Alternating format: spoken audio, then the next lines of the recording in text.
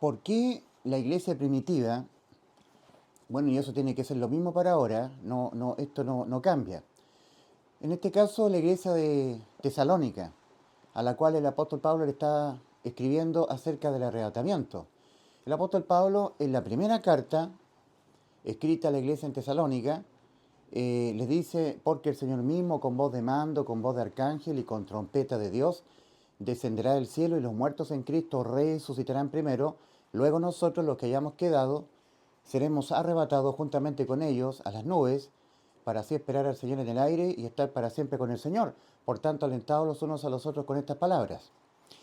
Bueno, ahí la iglesia de Tesalónica quedó bien clara respecto a esta revelación que el Señor le había entregado a Pablo, el arrebatamiento de la iglesia de Cristo. Ahora, como siempre han surgido falsos profetas, como lo dice el apóstol Pedro, en la segunda carta de Pedro, capítulo 2, segunda de Pedro 2, dice, como hubo también entre el pueblo falsos profetas, también habrá entre vosotros falsos maestros, que introducirán doctrinas falsas, ¿verdad? Y eso no fue la excepción en esta iglesia primitiva, la iglesia de Tesalónica, porque evidentemente surgieron falsos maestros que estaban diciendo que el día del Señor había llegado. El día del Señor inicia con el arrebatamiento de la iglesia de Cristo. Entonces empezó a suceder que estos hermanos que ya habían tenido conocimiento acerca del arrebatamiento de la iglesia, que estaba prometido Cristo venir a arrebatar la iglesia, había sido prometido por el Señor. Porque en Juan capítulo 14 el Señor lo dijo, versículo 1 al 3. No se turbe vuestro corazón, creéis en Dios, creed también en mí. En la casa de mi Padre muchas moradas hay. Si así no fuera, yo lo hubiera dicho. En la casa de mi Padre, si no fuera así, yo lo hubiera dicho. Voy pues, dijo Cristo, voy pues a preparar lugar para vosotros, ¿ya? Y si me fuere y os prepararé lugar, vendré otra vez y os tomaré a mí mismo para que donde yo estoy vosotros también estéis.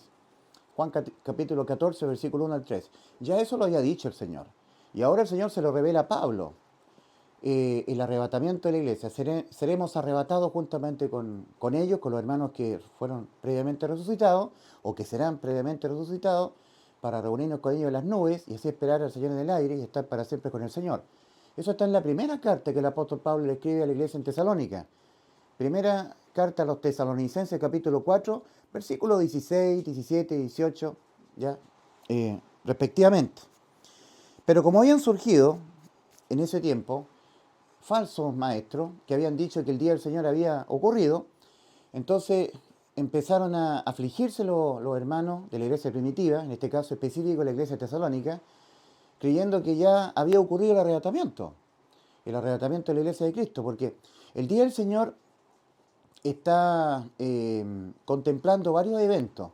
O sea, hay varios eventos que en sumatoria total de esos eventos constituyen el día del Señor, ¿ya? El primer evento es el arrebatamiento de la iglesia de Cristo. El segundo evento es la semana número 70 del profeta Daniel, Daniel 9, 24 al 27. Específicamente el versículo 27, cuando se habla del príncipe que ha de venir, que es el inicuo, es la bestia, y dice, y por otra semana confirmará el pacto con muchos. A la mitad de la semana hará cesar el sacrificio y la ofrenda. Después con la muchedumbre de las abominaciones vendrá el desolador, ¿ya? Hasta que se consuma lo que está determinado sobre el desolador. Es importante que en el versículo 26 de Daniel 9 dice, dice, y el pueblo de un príncipe que ha de venir. Ese pueblo fue un pueblo totalmente satánico, anticristo, fue el imperio romano. Bajo las órdenes de Tito Vespasiano, el ejército del imperio romano destruyó a Israel, le generó la diáspora.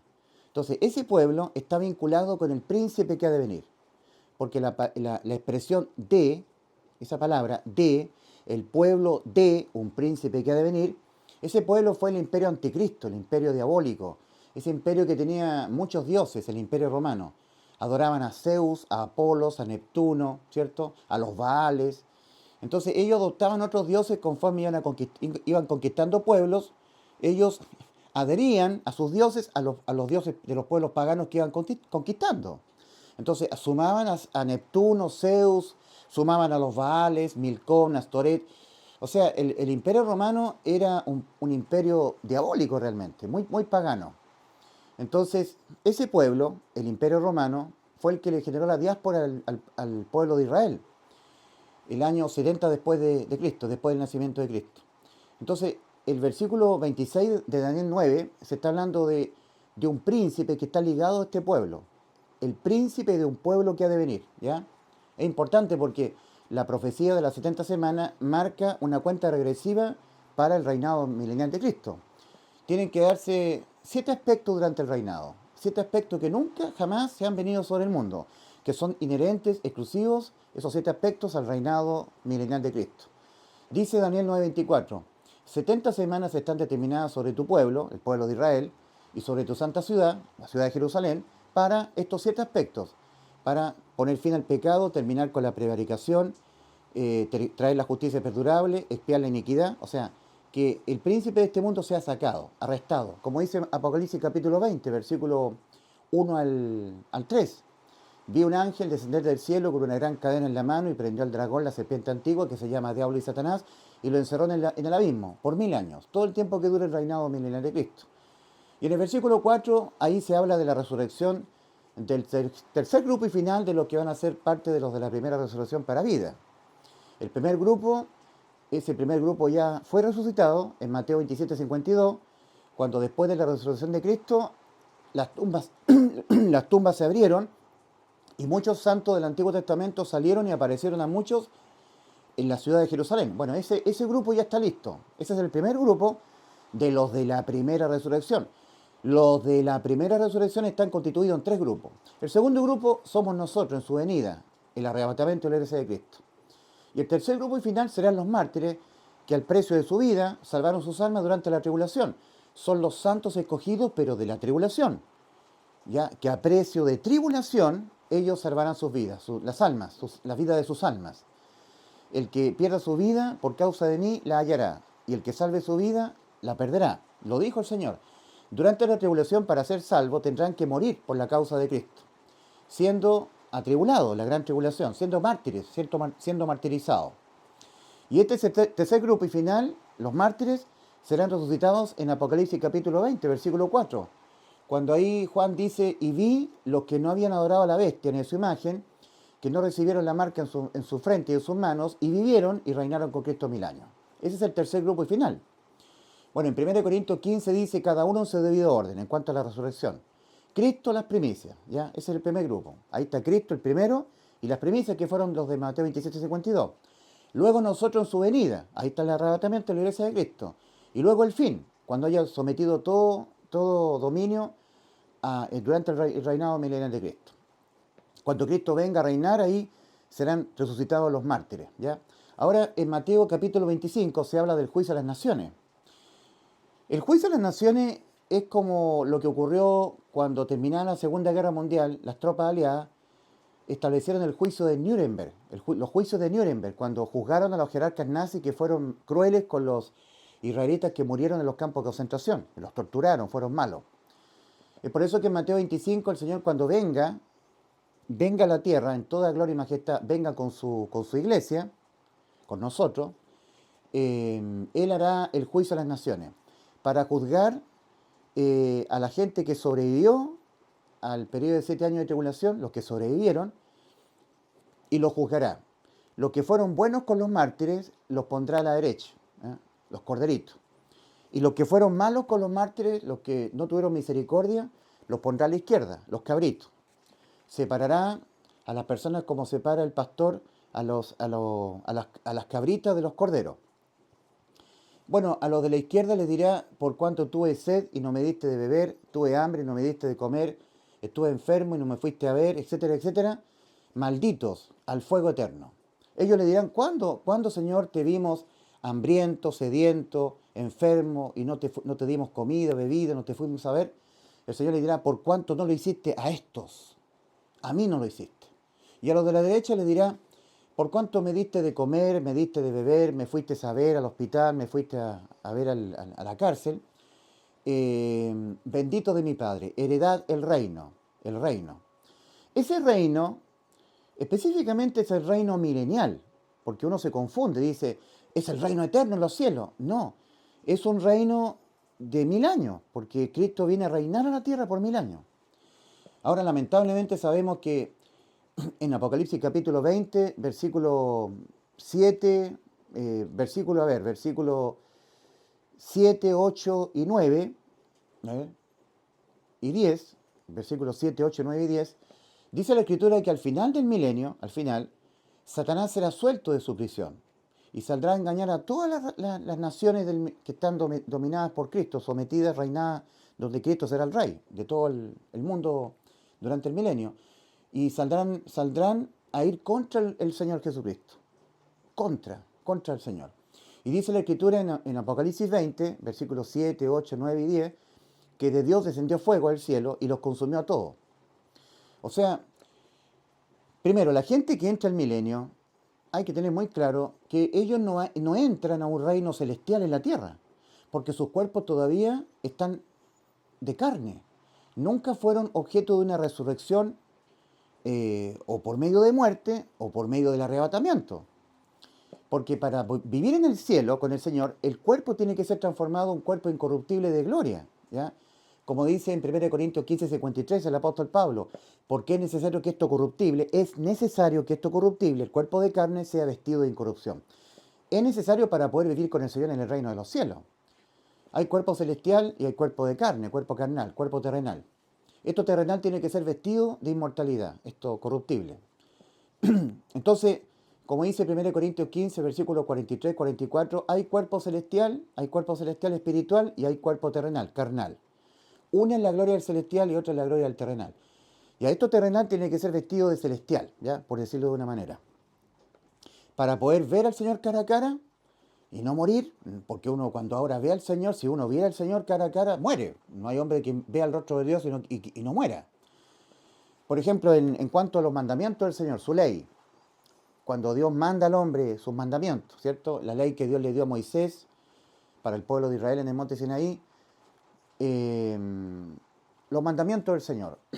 Dice respecto a la ley de los mandamientos, cuando Dios manda al hombre obedecer sus mandamientos, en Romanos 7, versículo 14, el apóstol Pablo dice, porque sabemos que la ley es espiritual, mas yo soy carnal, vendido al pecado.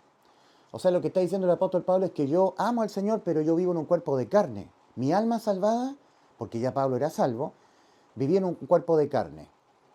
Y mientras el ser humano viva en un cuerpo de carne, no podrá obedecer al pie de la letra la ley divina del Señor porque es de carácter espiritual. Mas nosotros somos de carne, seres de carne y hueso. Entonces, por eso que no podremos ver nosotros, mientras vivamos en un cuerpo de carne, ver al Señor en toda su gloria. Porque no morimos físicamente. Y no podemos cumplir al pie de la letra los mandamientos del Señor. Mas cuando esto terrenal, esto carnal, el cuerpo nuestro, sea vestido de incorrupción, esto que es carnal sea vestido de un cuerpo espiritual, ahí sí que podremos cumplir la ley espiritual. Por eso es que es necesario que esto corruptible sea vestido de incorrupción, ¿ya? Ahora, nosotros vemos que la gente que entra en milenio, ellos van a ser objeto de muchas bendiciones de parte del Señor, porque esa longevidad que estaba en Matusalén vivió casi 1000 años, o esa longevidad que nosotros vemos en Adán vivió y murió a los 930 años, Génesis 5:5, Dios se la va a devolver a los moradores de la tierra. Una persona que entra al milenio teniendo 70 años podrá vivir 1070 años, ¿ya? Dice Isaías 75 que el niño morirá de 100 años y el pecador que muera de 100 años será maldito porque será muerto porque será ejecutado por ser un delincuente. Porque así el Señor pondrá fin al pecado a través de la pena de muerte. ¿Ya? Recordemos los 7 aspectos del reinado milenial de Cristo. ¿Ya? Terminar la prevaricación, poner fin al pecado, expiar la iniquidad, traer la justicia perdurable, sellar la visión, sellar la profecía y ungir al santo de los santos. 7 aspectos. Daniel 9:24. Ahora, en Daniel 9:26 se está hablando de un príncipe que está ligado al imperio romano. Nosotros sabemos que el último sistema de control mundial está descrito en Daniel 2:43. Es a través de las alianzas humanas, que está figurado en 10 dedos de 2 pies, que es la proyección de las 2 piernas de hierro de la imagen que soñó Nabucodonosor, ¿ya? La cabeza de oro, los pechos de plata, los brazos y los pechos de plata, el torso ¿cierto? Y los muslos de bronce y las dos piernas de hierro.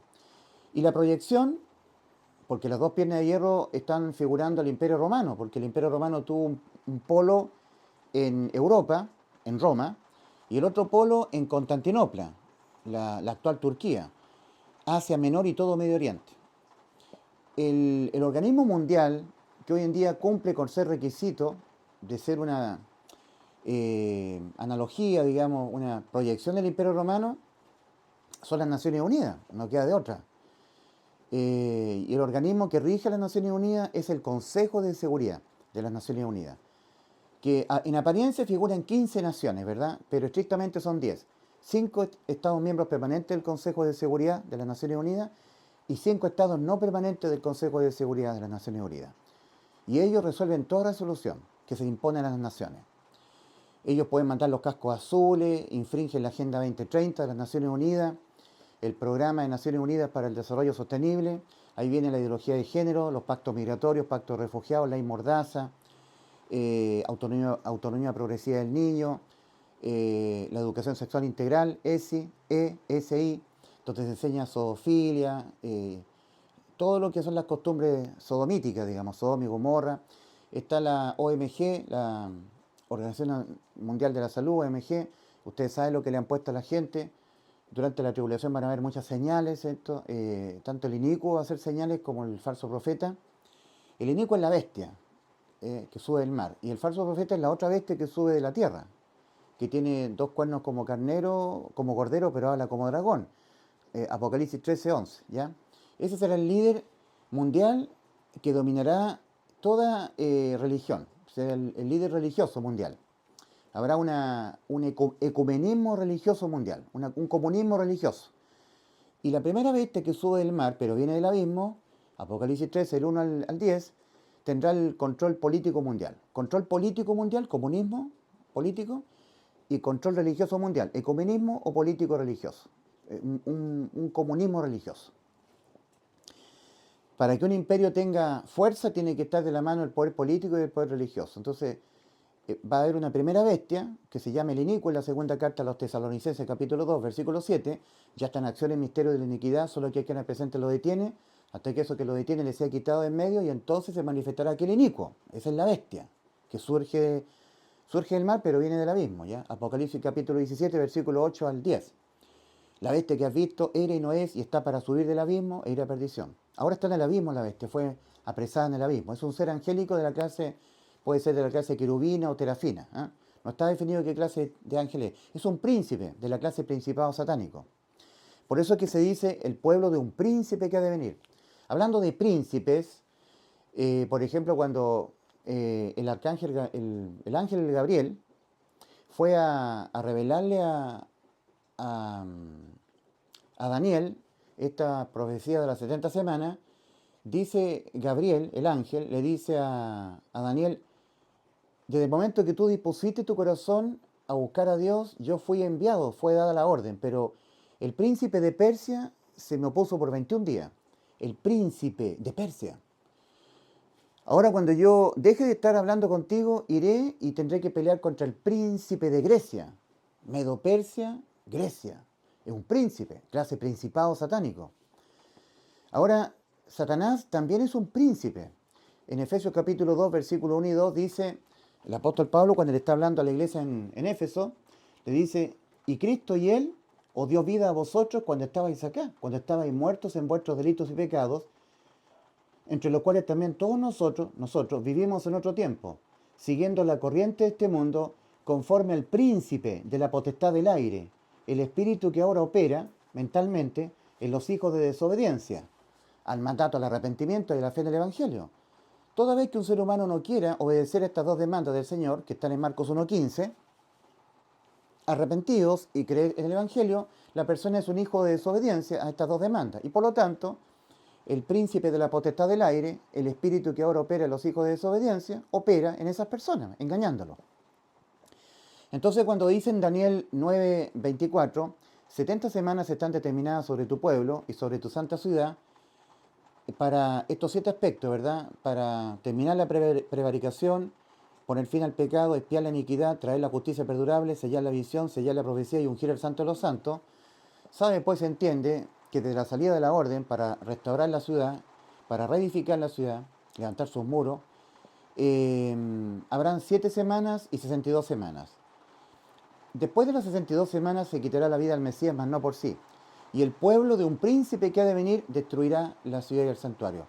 Eso fue a través de Tito Vespasiano, 70 años después de Cristo, cuando los ejércitos del Imperio Romano, liderados por Tito Vespasiano, destruyeron la ciudad y el santuario, Jerusalén, y hubo la diáspora, y todos los judíos, los israelitas quedaron esparcidos por el mundo, y la tierra de Israel quedó desolada, baldía, desértica, nunca más fue habitada, hasta que ahora hace poco, en 1948, el 14 de mayo, Israel volvió a ser nación. Ya ahí se cumplió la primera parte de Oseas 6.2, nos dará vida después de 2 días. Falta la tercera parte, ¿verdad?, de la profecía de Oseas 6.2. En el tercer día nos resucitará y viviremos delante de él. Ese tercer día tiene que ser contado a partir de los 33 de Cristo. Por lo tanto, el calendario actual, el calendario juliano y gregoriano, Dios lo ha validado como un calendario que sí tiene que ser tomado en cuenta para contabilizar proféticamente los años proféticos, lo que es la cuenta regresiva. Porque este calendario nos hace posicionar en el 14 de mayo del 48 que Israel vuelve a tener vida. O sea, es válido el calendario. Sí, sí sirve para tomarlo en cuenta escatológicamente. Y el tercer día nos dará vida, ¿cierto? En el tercer día nos resucitará y viviremos delante de él. Eso es cuando ya Cristo venga de los cielos a darle cumplimiento a unas profecías más que tienen que cumplirse. Por ejemplo, Zacarías 14:4. En aquel día pondrá sus pies sobre el monte de los olivos. También dice, y todo ojo le verá. Y le verán lo que les traspasaron, o sea, los judíos, los israelitas. Y llorarán como se llora por hijo primogénito. Y le preguntarán, eso también está en el libro de Zacarías, profecía que tiene que cumplirse. Le preguntarán, ¿qué heridas son aquellas que tienes en tus manos? Y el Señor le responderá, con ellas fui herido en casa de mis amigos. Y llorarán como se llora por hijo primogénito. Ahí resucitarán espiritualmente el pueblo de Israel. Ahora espiritualmente Israel está muerto. Y murió el año 33, rechazando a Cristo, a su Mesías. Una muerte espiritual de la nación de Israel. Y después le vino la muerte nacional, cuando vino Tito Vespasiano, unos 37 años después de la muerte espiritual. La muerte espiritual fue el 33, cuando Cristo fue crucificado en la cruz. El Evangelio de Lucas dice que Cristo comenzó su ministerio cuando era aproximadamente 30 años. Y sabemos nosotros por las 4 Pascuas que nos revela, la podemos ver en Juan, en el Evangelio de Juan, que Cristo, su ministerio, todo el tiempo que Cristo inició su ministerio hasta que lo terminó en la cruz del Calvario, atravesó 4 Pascuas, o sea, 3 años y medio, 3,5 años, ¿ya?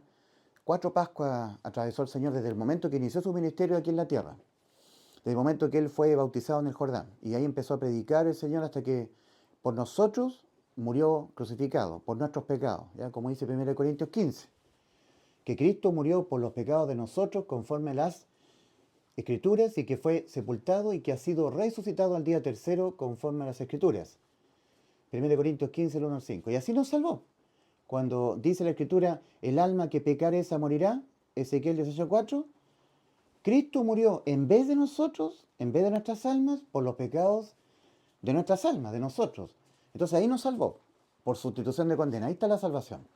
Eso hay que creerlo con todo el corazón. Pues si yo creo que Cristo murió por los pecados míos, soy salvo. Si no lo creo, estoy haciendo mentiroso al Señor y estoy invalidando la salvación que ya Cristo consumó para mí, que significa vida eterna para mí, inmortalidad para mi alma.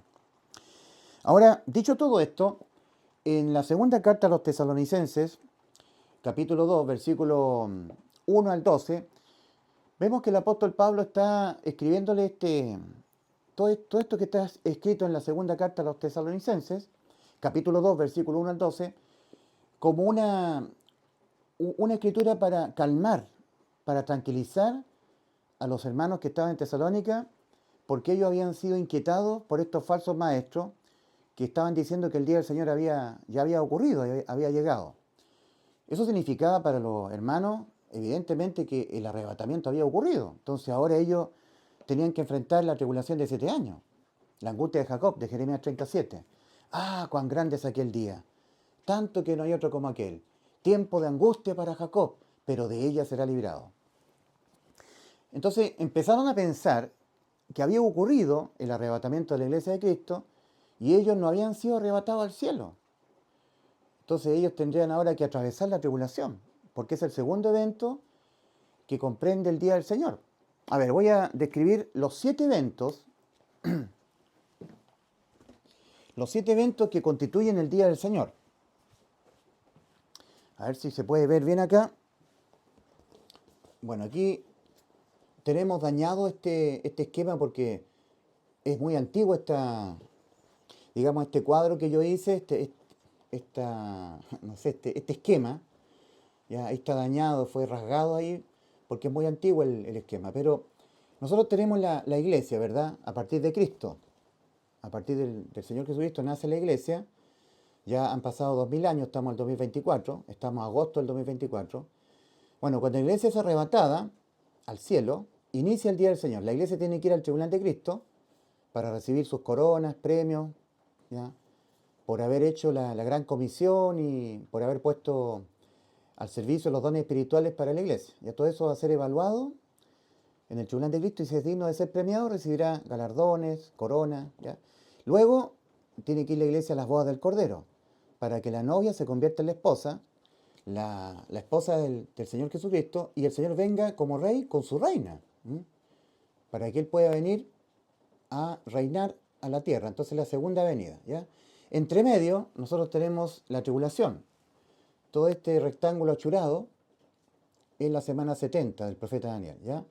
Entonces el día del Señor inicia con el arrebatamiento de la iglesia de Cristo, ¿ya? El arrebatamiento de la iglesia de Cristo.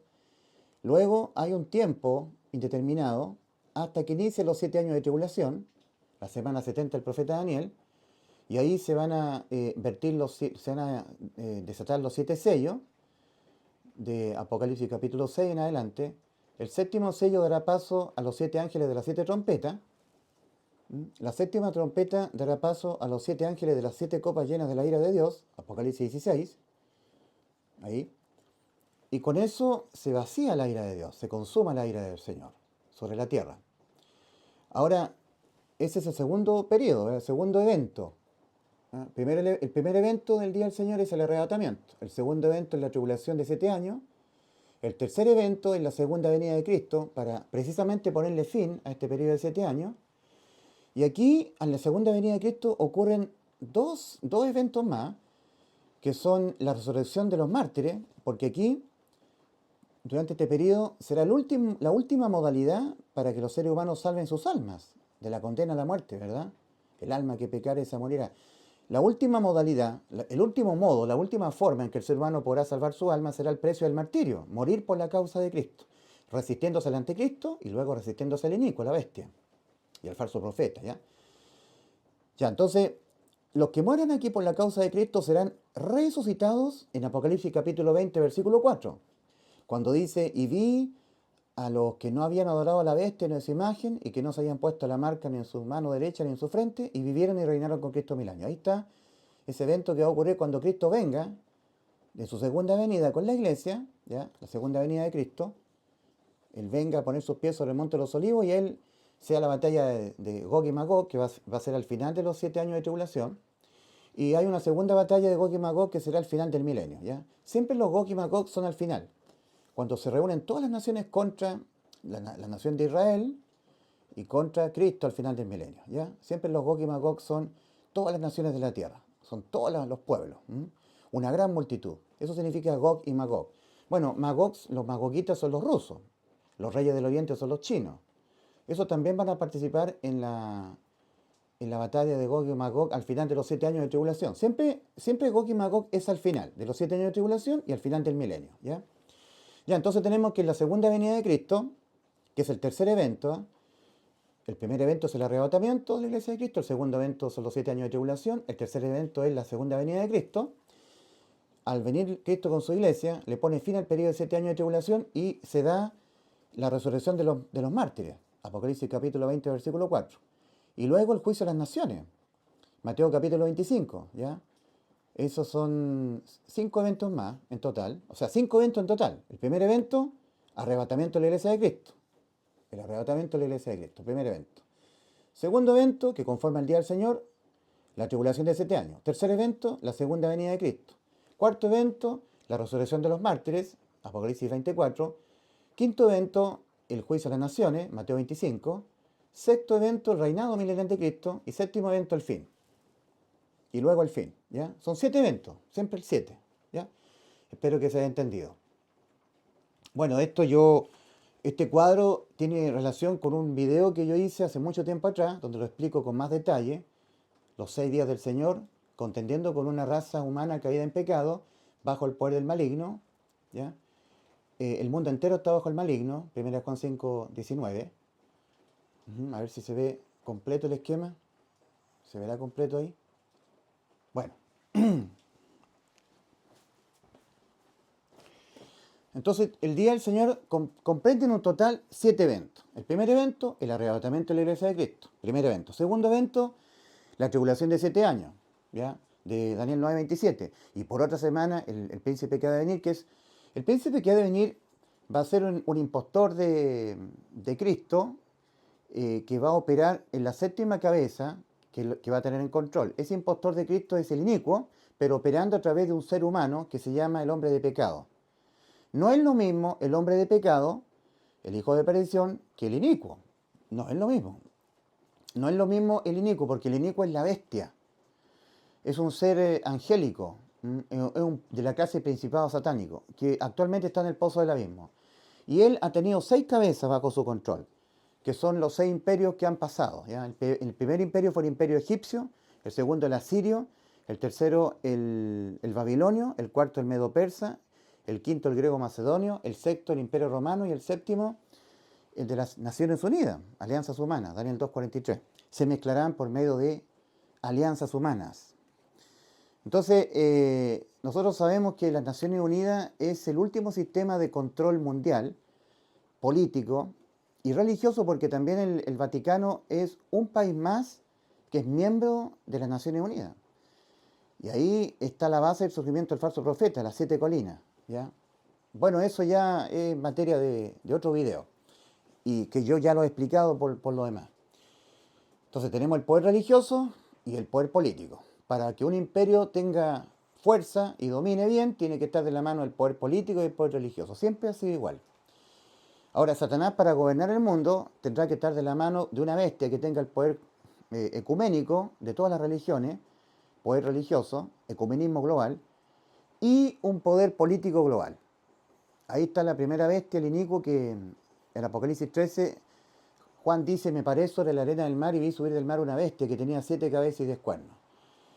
Ya, el tema es que esa bestia, ese inicuo, ha tenido 6 cabezas bajo su dominio. La cabeza de turno del imperio egipcio, el faraón que fuera el faraón, estaba siendo influenciado mentalmente por este ser espiritual llamado la bestia, el inicuo. Después vino el imperio asirio. Bueno, cualquier gobernante que estuviera a cargo del imperio asirio, la cabeza de turno del imperio, estaba siendo gobernado, su cabeza, su mentalidad, influenciado por este ser espiritual llamado el inicuo. Después vino el imperio babilonio, bueno, el líder de turno que estaba ahí, gobernado por a excepción de Nabucodonosor, ¿eh? Después el imperio babilonio fue absorbido por el imperio medo-persa. A excepción de Ciro el persa, todo el resto de los monarcas del imperio medo-persa, sus cabezas estaban siendo influenciadas, sus pensamientos, por este ser espiritual de la clase angélica que se llama la bestia, el inicuo. Después el imperio medo-persa fue absorbido por el imperio griego-macedonio de Alejandro Magno. También Alejandro Magno y sus 4 generales que vinieron después también fueron dominados mentalmente, influenciados por este ser espiritual llamado la bestia. Después vino el imperio romano, que absorbió el imperio griego-macedonio. El César de turno, cualquier César que estuviera gobernando, estaba siendo sometido mentalmente por este ser espiritual llamado la bestia. Entonces la bestia tiene 6 cabezas hasta el momento, pero tendrá una 7ª cabeza, porque en total la bestia tiene 7 cabezas y 10 cuernos. Los 10 cuernos tienen que ser esos 10 asientos de poder que conforman el Consejo de Seguridad de las Naciones Unidas. En uno de esos 10 asientos de poder se va a sentar el anticristo, que va finalmente a ser el 7º líder mundial del 7º imperio mundial, ¿ya? La cabeza del 7º gobierno mundial. Y va a estar controlado también por la bestia. Por eso es que la bestia tiene 7 cabezas. La 7ª cabeza va a ser el anticristo, ¿ya? El anticristo va a ser el verdugo de todos los mártires los primeros 3,5 años de la semana 70 de Daniel, que consiste en 7 años. La segunda parte, los segundos 3,5 años, el verdugo de los mártires va a ser la bestia, el anticristo, ¿ya? Y eso a partir de Apocalipsis capítulo 13. Por eso es que en Apocalipsis capítulo 14 dice, bienaventurados y santos de aquí en adelante los que mueren en el Señor. Esa es la segunda oleada de mártires, el segundo grupo. El primer grupo es en Apocalipsis capítulo 6, ¿ya?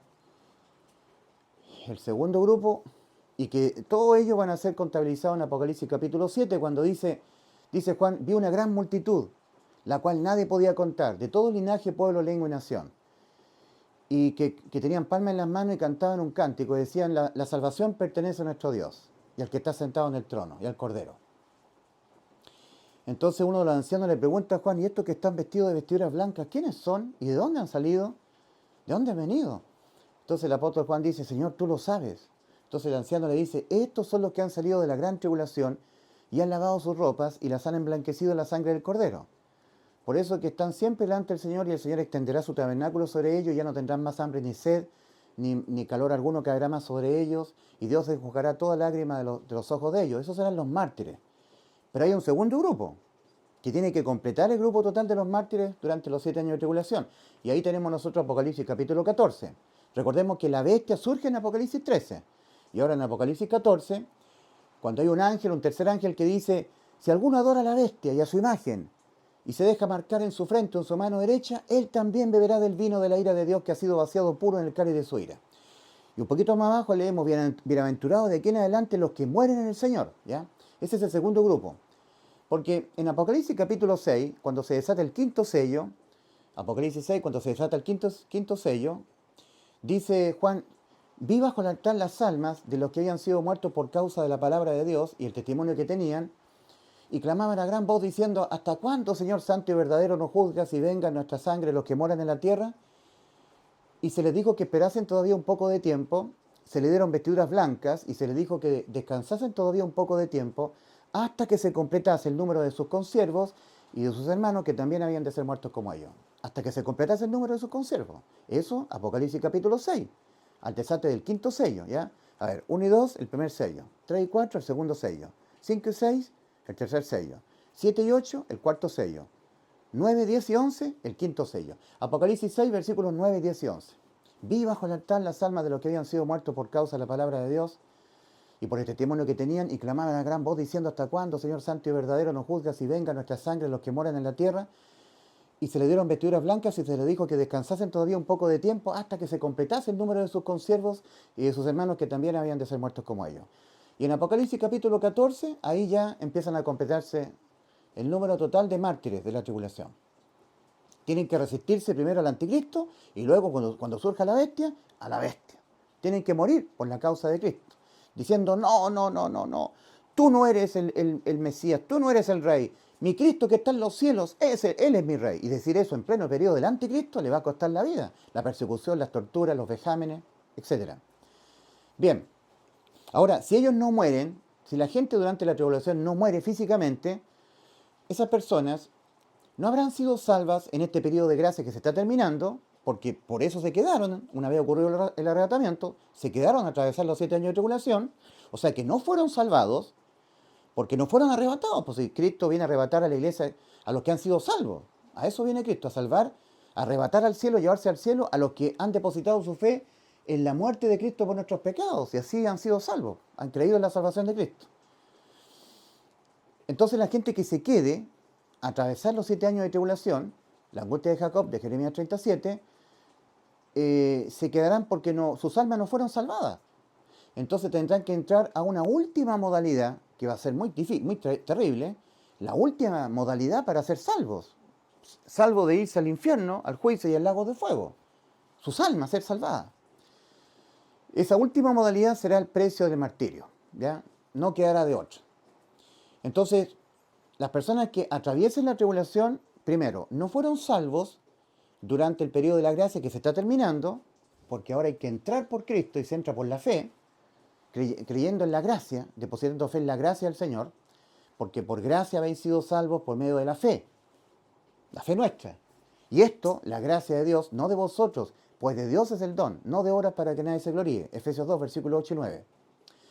Tito 3:5, nos salvó no por obras de justicia que nosotros hubiéramos hecho, sino por su misericordia. Ya nos salvó el Señor aquí en la cruz. Ahora hay que creerlo con fe.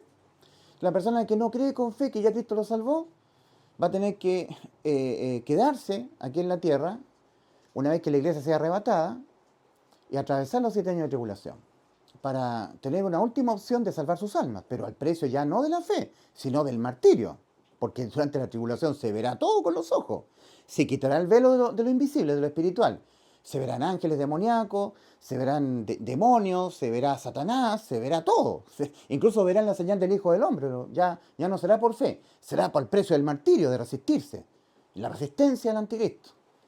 Bien, como estaba diciendo, las personas que no son salvos, no son parte de la iglesia, una vez que la iglesia sea arrebatada, ellos tendrán que entrar todo el mundo a la tribulación de 7 años. Ahora, para ser salvos, será la última modalidad, no habrá otra. Para ser salva el alma, para ser salvada del alma, irse al infierno, al juicio ante el gran trono blanco y al lago de fuego. Para ser salvo de esto, la última opción será morir. Tendrán que morir para ser parte de los de la primera resurrección, de los de la primera resurrección, digamos, resurrección física del cuerpo. Morir y ser resucitado, porque no queda de otra. Entonces, si las personas no adhieren a Cristo durante la tribulación, resistiéndose al anticristo, resistiéndose a la bestia, al inicuo, al falso profeta, a Satanás, entonces las personas van a poder escapar con vida, los que escapen de vida, porque los que escapen con vida, porque resulta que en medio de toda la tribulación van a estar la ira del Señor, los juicios. O sea, los 7 sellos, las 7 trompetas, las 7 copas llenas de la ira del Señor.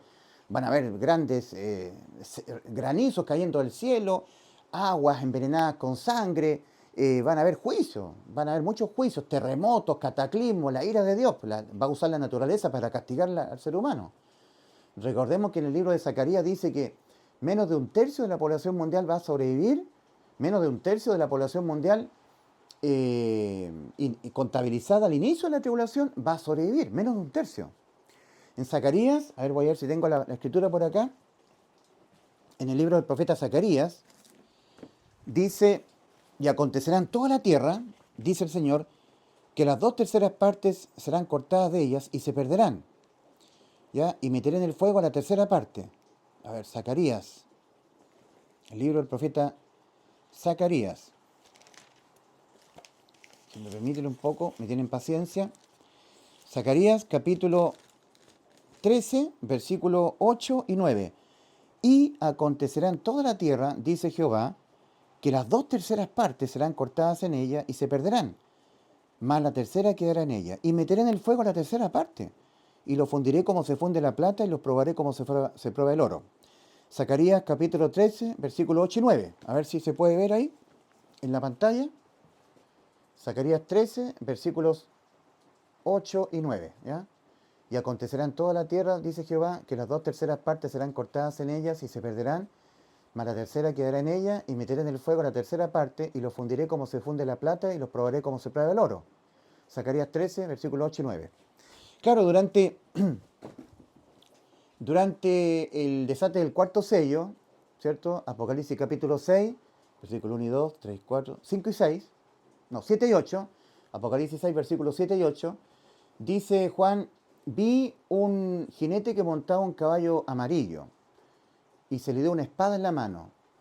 El nombre del jinete es Muerte y el Hades le seguía, ¿ya? Y se le dio potestad sobre la 1/4 parte de la tierra para matar con espada, con hambre, con mortandad y con las fieras de la tierra. 1/4 de la población mundial. Si contabilizásemos nosotros unos 8.000 millones de seres humanos, que es un número al cual la tierra ya...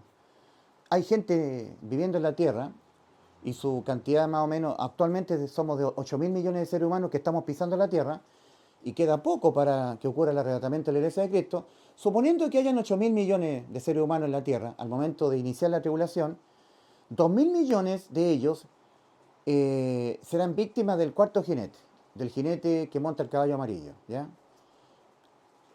La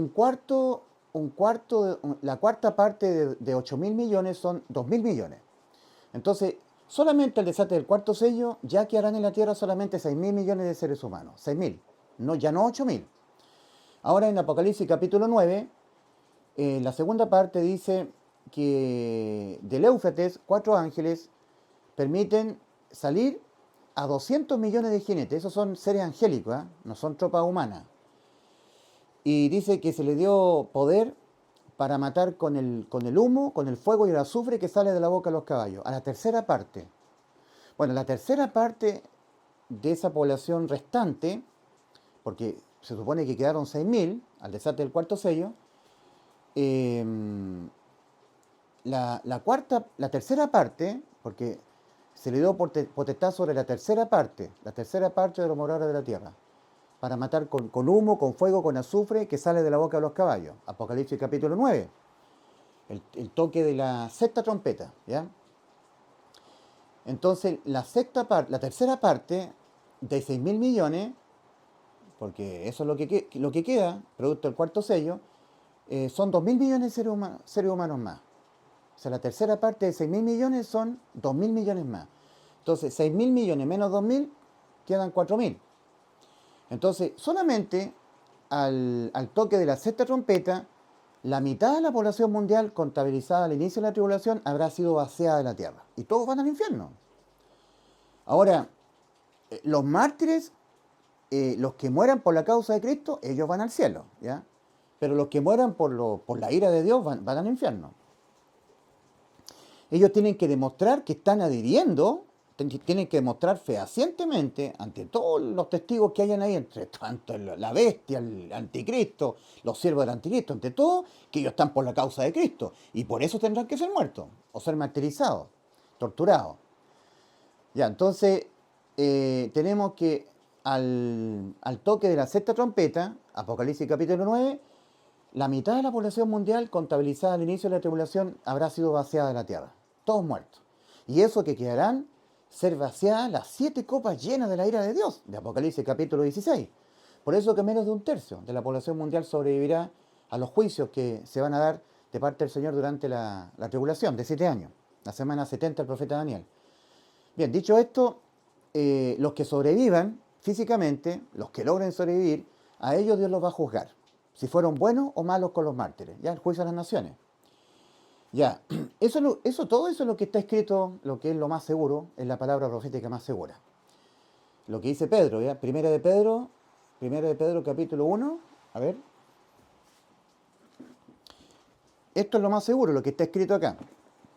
Primera de Pedro dice, tenemos también la palabra profética más segura, a la cual hacemos bien en estar atentos como una antorcha que alumbra el lugar oscuro.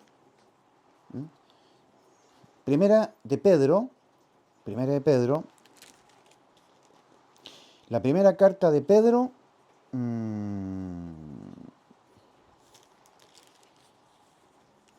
mm, mm, mm, mm. Primera de Pedro, a ver,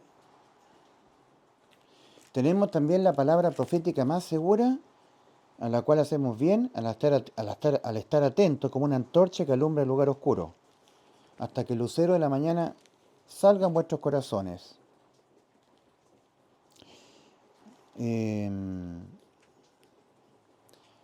A ver, Primera de Pedro, ¿dónde está el pasaje?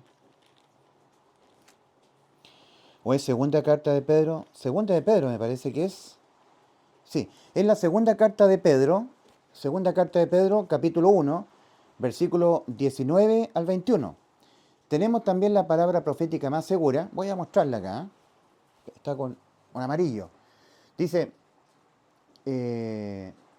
tenemos también la palabra profética más segura, a la cual hacéis bien en estar atentos, como una antorcha que alumbra el lugar oscuro, hasta que el día esclarezca y el lucero de la mañana salga en vuestros corazones, entendiendo primero esto, que ninguna profecía de las Escrituras es de interpretación privada, porque nunca la profecía fue traída por voluntad humana, sino que los santos hombres de Dios hablaron siendo inspirados por el Espíritu Santo, ¿ya?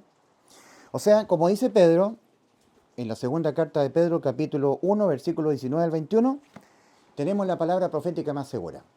O sea, nosotros no tenemos que ser, no tenemos que dejarnos llevar por sueños, por visiones, porque eso no es seguro. Esto es lo seguro.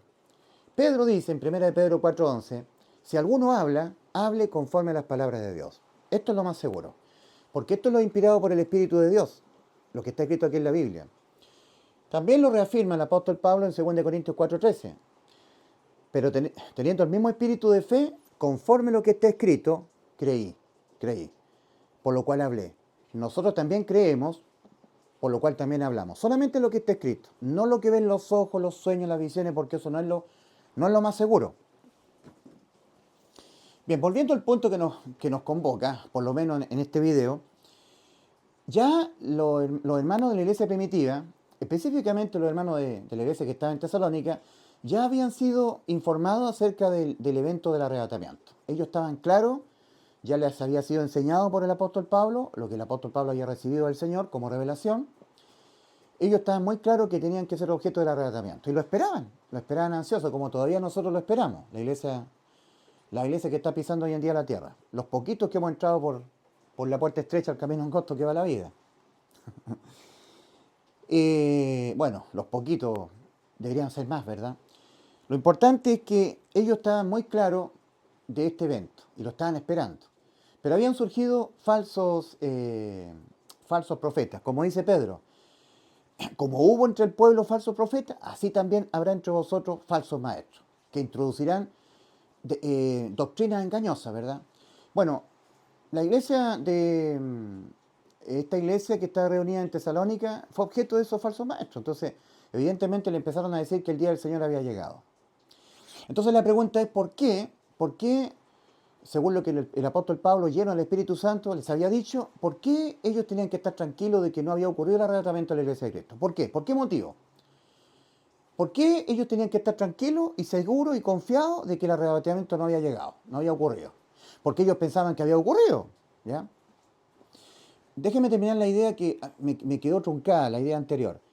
Las personas que entren a la tribulación de 7 años entrarán porque no fueron salvados, no fueron parte de la iglesia, se quedaron. Entonces les dan la última opción de ser salvos, pero al precio de la muerte física, ¿ya? Ahora, si sobreviven, no serán salvos. No fueron salvos durante este periodo de la gracia que se está terminando, donde uno tiene que depositar fe en la gracia del Señor, por fe y por gracia. Tampoco fueron salvos durante el periodo de los 7 años de tribulación, porque para poder ser salvos ahí tendrían que haber muerto por la causa de Cristo. No lo fueron, sobrevivieron, y ahora ellos tendrán la opción de solamente entrar a un reino de 1000 años en la tierra. Porque entrarán con sus cuerpos físicos. Y no hay ninguna otra palabra de Dios que nos indique a nosotros que durante el milenio ellos van a morir y van a ser resucitados con un cuerpo celestial. No. La última vez que ocurre es en Apocalipsis 24, cuando Cristo viene al mundo a reinar y todos los que fueron martirizados y muertos, ellos resucitarán, vivirán. Y vivieron y reinaron con Cristo 1000 años.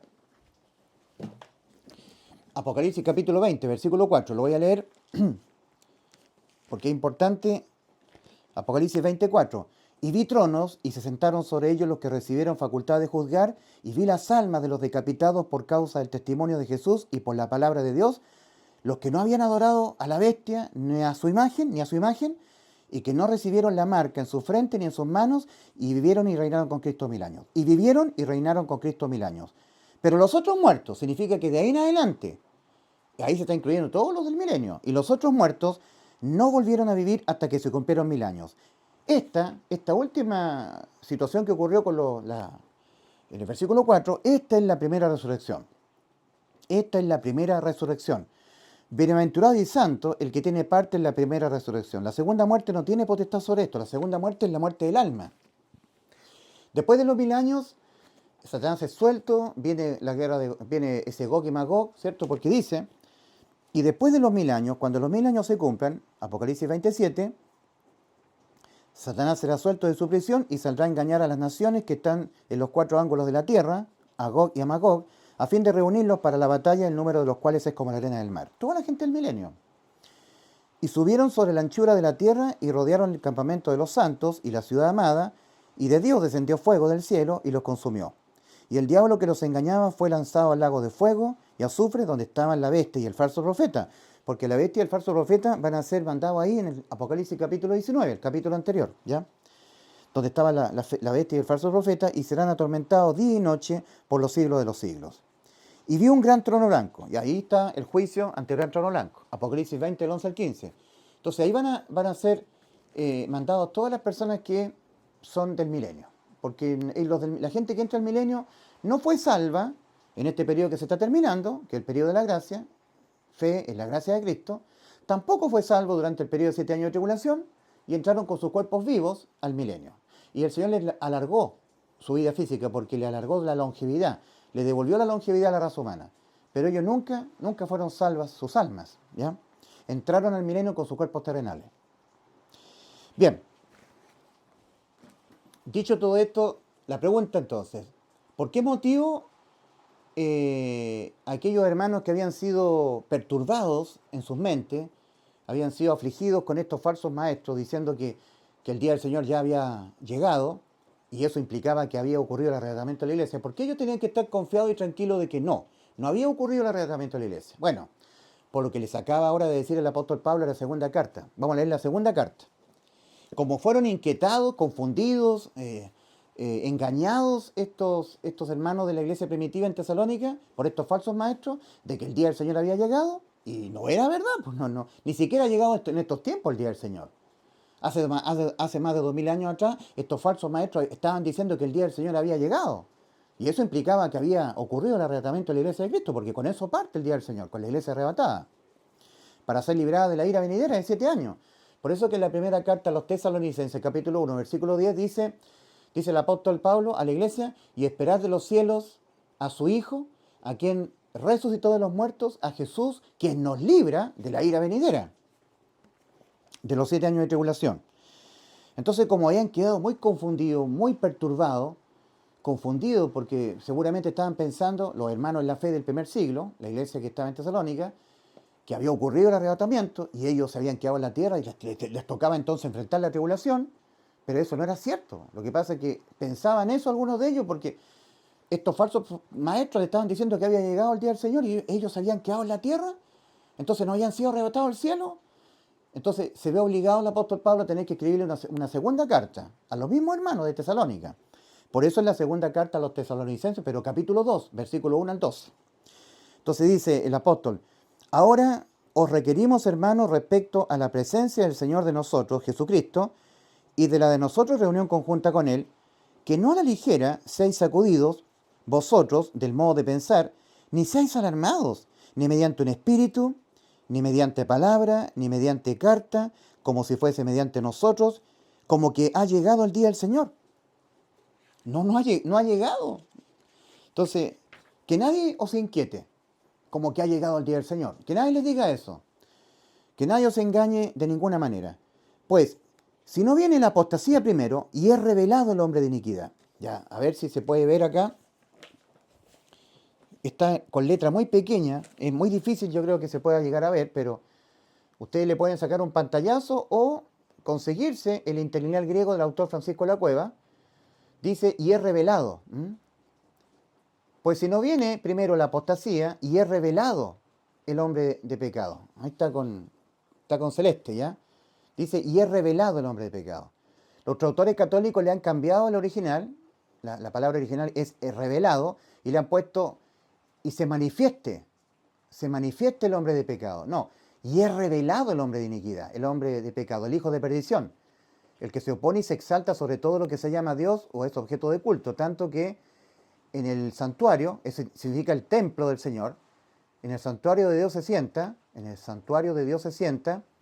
mostrando a sí mismo que es Dios.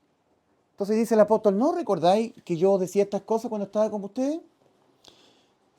¿No recordáis que aún estando con vosotros estas cosas os decía yo? Y ahora lo que lo detiene sabéis, para ser revelado Él en el de Él tiempo, porque el misterio ya actúa de la iniquidad, solo que hay al presente el que le detiene, hasta que de en medio desaparezca, y entonces será revelado el inicuo, a quien el Señor Jesús matará con el espíritu de la boca de Él, y lo reducirá a la impotencia con la aparición de la presencia de Él, del cual inicuo es la presencia conforme a la actividad de Satanás, con todo poder y señales de prodigios de mentira, ¿ya? Prodigios de mentira, y con todo engaño de injusticia para los que se pierden, por cuanto el amor de la verdad no acogieron para ellos ser salvados, para ser salvos, y por esto les envía Dios una fuerza de error, un poder engañoso, a fin de que crean ellos a la mentira, para que sean juzgados todos los que no creyeron a la verdad, sino que se complacieron en la injusticia. Eso está escrito en la segunda carta del apóstol Pablo a los tesalonicenses, a la iglesia en Tesalónica, capítulo 2, versículo 1 al 12. Ya, entonces, dice, que nadie os engañe. No ha venido el día del Señor, es mentira. No, esos son falsos maestros. Eso es lo que está diciendo Pablo. Pues si no viene primero la apostasía y es revelado el hombre de iniquidad. O sea, tiene que ser revelado por el Espíritu Santo. Y esto es muy importante que lo entendamos ahora. Porque tal como fue escrito hace más de 2000 años atrás, esto tiene validez para este tiempo. Sobre todo para este tiempo, porque ahora sí que estamos a punto de que el día del Señor se nos venga encima, ¿ya? Y con eso el arrebatamiento de la iglesia de Cristo. Si no viene la apostasía primero y es revelado el hombre de iniquidad, el hijo de perdición. Dice, y ahora lo que lo detiene, al hijo de perdición, sabéis, para él ser revelado en el tiempo de él. Porque el misterio de la iniquidad ya actúa, solo que hay el presente el que le detiene, hasta que de en medio desaparezca, y entonces será revelado el inicuo. O sea, hay algo que lo detiene, que le impide que se manifieste al mundo. Hay algo que lo detiene. Hasta que eso que lo detiene le sea quitado en medio, ¿ya? Y entonces será revelado a la iglesia aquel inicuo. Por lo tanto, hay una pregunta. El apóstol Pablo dice, vosotros sabéis lo que lo detiene. En ese tiempo, hace más de 2000 años atrás, ellos lo tenían claro, pero nosotros no lo tenemos tan claro. ¿Entienden? Porque el apóstol dice, vosotros sabéis lo que lo detiene, vosotros hermanos de Tesalónica. Pero nosotros, la iglesia que somos la iglesia de la Odisea, la última iglesia en la tierra, porque somos la iglesia última, la séptima, no sabemos lo que lo detiene. Tenemos que estar pensando, preguntándole al Señor, ¿qué será aquello que lo detiene? Porque en primera instancia uno podría decir, lo que detiene es el Espíritu Santo. Y eso será quitado y entonces será revelado. No, porque el Espíritu Santo va a seguir. Una vez que la iglesia sea arrebatada, el Espíritu Santo va a seguir aquí en la tierra actuando. Primero, a través de los 144.000. Apocalipsis capítulo 7. 12.000 israelitas de cada una de las 12 tribus de Israel. 144.000 sellados. Pero también va a seguir actuando con los dos testigos. O sea, el Espíritu Santo no se va a ir de la tierra. No será quitado el Espíritu Santo. No será quitado de en medio. Uno podría decir entonces la iglesia. Pero no, porque para que estuvieran tranquilos los hermanos de Tesalónica de que no había ocurrido el arrebatamiento, tenían que estar tranquilos porque no había sido revelado el hombre de pecado. A ellos. No les había sido revelado a ellos. Porque, ¿por qué tenían que estar tranquilos los hermanos en Tesalónica? A raíz de lo que el apóstol Pablo le está diciendo. ¿Por qué tenían que estar tranquilos? Porque no había venido la apostasía y no había sido revelado el hombre de pecado. A ellos, pues, así tiene que ser revelado a la iglesia. Por eso dice, hasta que lo que dice, porque el misterio de la iniquidad ya actúa, solo que hay el presente el que le detiene, hasta que de en medio desaparezca. Aquello que le detiene, hasta que del medio desaparezca. No es la iglesia, porque la iglesia tiene que ser objeto de la revelación. Dice, hasta que de en medio desaparezca, y entonces será revelado a la iglesia aquel inicuo. ¿Me explico? Porque el misterio de la iniquidad ya actúa, solo que hay el presente el que le detiene. Hay algo misterioso que detiene el misterio de la iniquidad. Ujú. Nosotros podríamos decir, bueno, lo que lo detiene es el Espíritu Santo. Lo que lo detiene es la iglesia. Pero no, porque tenemos que ser mucho más profundo en esto, mucho más específico. Para que la iglesia sea arrebatada, primero tiene que haber apostasía y la iglesia tiene que ser objeto de la revelación de quién sea el espíritu, quién sea el anticristo, el hombre de pecado. Pero hay algo que lo detiene. Hasta eso que lo detiene le sea quitado en medio y entonces le será revelado a la iglesia quién sea el hombre de pecado y entonces por ahí la iglesia será arrebatada. ¿Se entiende? Entonces no es la iglesia lo que lo detiene. Tampoco es el Espíritu Santo que está operando en la iglesia. Tampoco. Porque primero dice, tiene que haber apostasía. Plena apostasía. ¿Ya? Primero, si no viene la apostasía primero y es revelado el hombre de pecado a la iglesia, el Espíritu Santo tiene que revelar a la iglesia quien sea el anticristo. Y ahí sí puede ocurrir el arrebatamiento. Ahí sí. Pero si no es revelado quién sea el hombre de pecado, no puede ocurrir el arrebatamiento. Por eso que tenía que estar tranquilo la iglesia en Tesalónica. Porque a ellos no le había sido revelado quién era el hombre de pecado. Entonces, por eso tienen que estar tranquilos. Si a ellos, si a algunos hermanos le hubiese sido revelado quién era el hombre de pecado, ¿eh? El anticristo. No que soñaran que viene el arrebatamiento, no. Revelado específicamente quién es el hombre de pecado, el hijo de perdición. Revelado por el Espíritu Santo. Entonces ahí ya la cosa hubiese cambiado. Entonces ahí ellos tendrían miedo, ahí tendrían sospechas fundadas de decir, bueno, vino el arrebatamiento, nos quedamos y vamos a tener que atravesar los 7 años de tribulación. Pero a nadie le había sido revelado quién era el hombre de pecado, porque todavía el hombre de pecado no ha surgido ni siquiera ahora. ¿Me entienden? Entonces, ¿cuáles son los dos requisitos para que la iglesia diga, ya, ahora estamos listos para irnos arrebatados? Primero, tiene que haber plena apostasía y segundo, ser revelado por el Espíritu Santo a la iglesia quién sea el hombre de pecado, porque le tiene que ser revelado a la iglesia. Por eso que han hecho tan mal los traductores católicos tergiversando ciertos pasajes clave de la Escritura. Sobre todo los traductores Cipriano de Valera, Casiodoro de Reina, King James, porque ellos, en vez de colocar y es revelado el hombre de pecado, dice y se manifieste el hombre de pecado. Como queriendo decir erróneamente que el mismo anticristo se tiene que manifestar. No, el anticristo está oculto, Satanás lo tiene oculto, porque no tiene ninguna oportunidad el anticristo estando en la iglesia en la tierra, porque nosotros podemos orar con fe y Cristo viene en ayuda de nosotros. Ahora, Cristo nos tiene que sacar para darle espacio al anticristo, ¿ya? A la iglesia tiene que ser arrebatada al cielo, para ser librada de la acción del anticristo y de la bestia, para ser librada de la ira venidera del Señor hacia la tierra. Porque aquí en la tierra va a haber una guerra entre el anticristo, la bestia, el falso profeta, con el Señor en los cielos. Y entre medio va a estar toda la gente muriendo. Eso es lo que va a ocurrir el día del Señor. Pero para que la iglesia no esté inmiscuida en eso, tiene que ser librada, ¿ya? Tal como Dios libró a Enoc, séptimo desde Adán, y libró a Lot, para que no fuera objeto del castigo sobre Sodoma y Gomorra, ¿ya? Por eso dice el Señor en Mateo 24 y en Lucas también dice, tal como sucedió en los días de Noé y en los días de Lot, así mismo será la venida del Hijo del Hombre. En los días de Noé, Enoc fue arrebatado al cielo. Y en los días de Lot, Lot fue sacado al monte para ser liberado de la lluvia de fuego y azufre sobre Sodoma y Gomorra. Y Seboim, Zoar no, porque Lot pidió huir a Zoar. Pero Sodoma, Gomorra, Adma, Seboim y Zoar. Bueno, Adma y Seboim. Todas esas ciudades de la llanura fueron destruidas porque tenían vicios contra la naturaleza, practicaban la sodomía. Hombres muy malvados. Y fueron objeto de la lluvia de fuego y azufre que Cristo, o sea, el Señor mandó sobre estas ciudades de la llanura. Ahora fue librado Lot. Y en los días prediluvianos fue librado Enoc, arrebatado al cielo. Y así mismo va a ocurrir con la iglesia, va a ser arrebatada.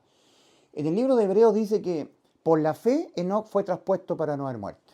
Y en el libro de Judas dice que Enoc fue séptimo desde Adán. Hoy en día sabemos nosotros, por todo lo que podemos considerar en la Escritura, por la genealogía bíblica que cuenta el paso de los años, que nosotros somos la última iglesia que estamos pisando en la tierra. Somos la iglesia séptima, la iglesia de la Odisea. A la única de las 7 iglesias, la única, a la cual el Señor dice, mira que estoy aquí junto a la puerta y llamo. Mira que estoy aquí junto a la puerta y llamo. ¿Ya? Apocalipsis 3, a la iglesia de la Odisea. Mira que estoy en pie junto a la puerta y llamo. ¿Ya? Apocalipsis capítulo 3. Dice a la iglesia de la Odisea.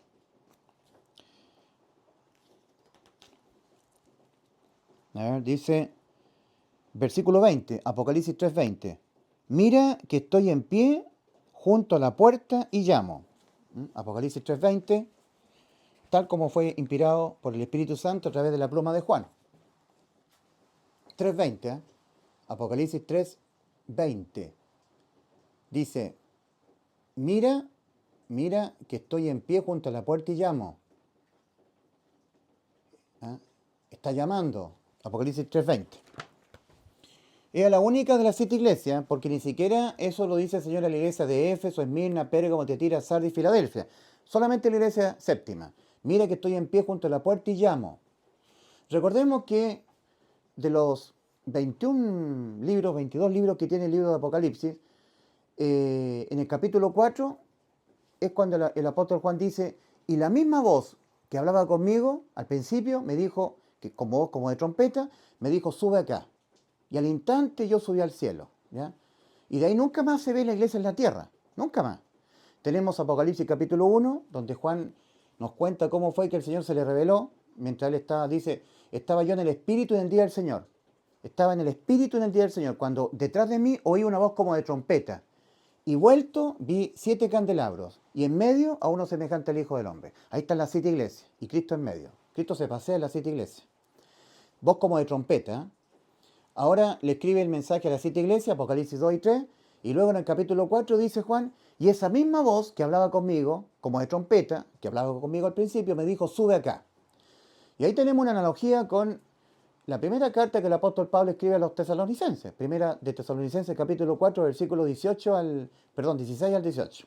Porque el Señor mismo con voz de mando, con voz de arcángel y con trompeta de Dios, descenderá del cielo y los muertos en Cristo resucitarán primero. Porque el Señor mismo, con voz de mando, con voz de arcángel y con trompeta de Dios, será el Señor mismo. Será el Señor mismo el que dé la voz de mando para que la iglesia suba al cielo.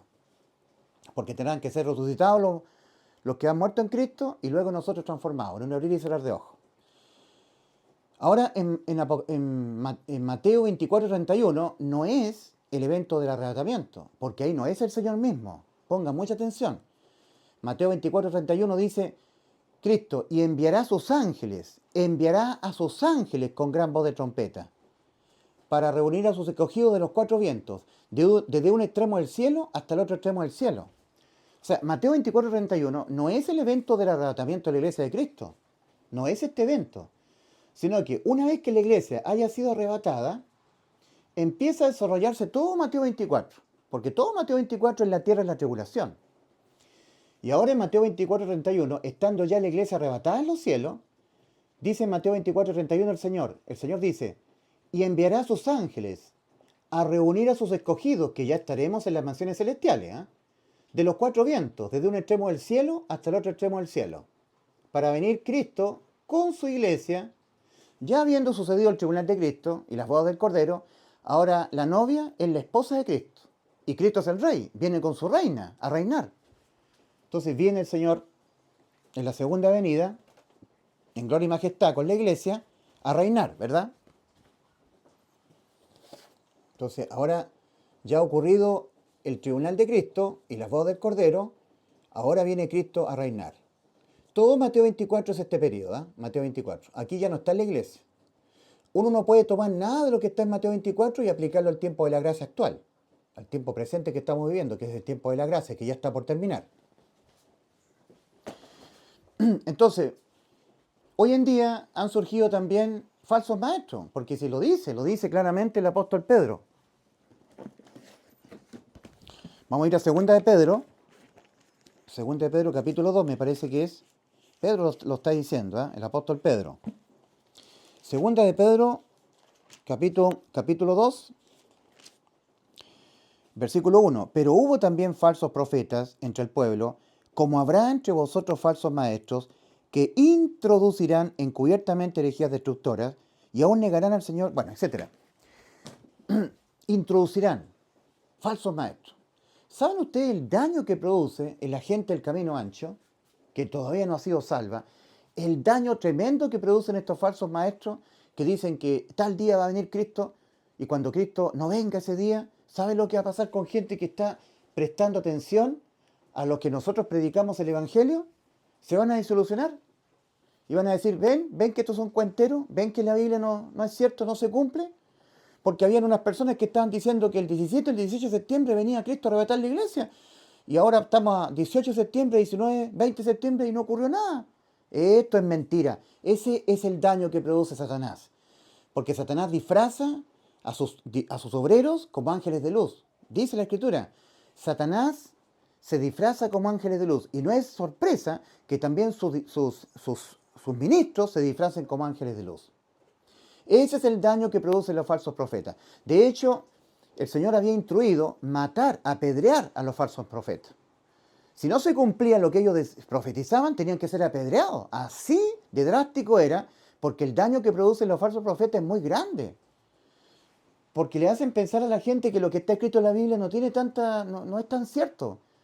Estamos hablando que Cristo viene a arrebatar la iglesia y yo tuve una revelación, un sueño, y Dios me reveló a mí que el 17 y el 18 de septiembre viene Cristo a arrebatar la iglesia.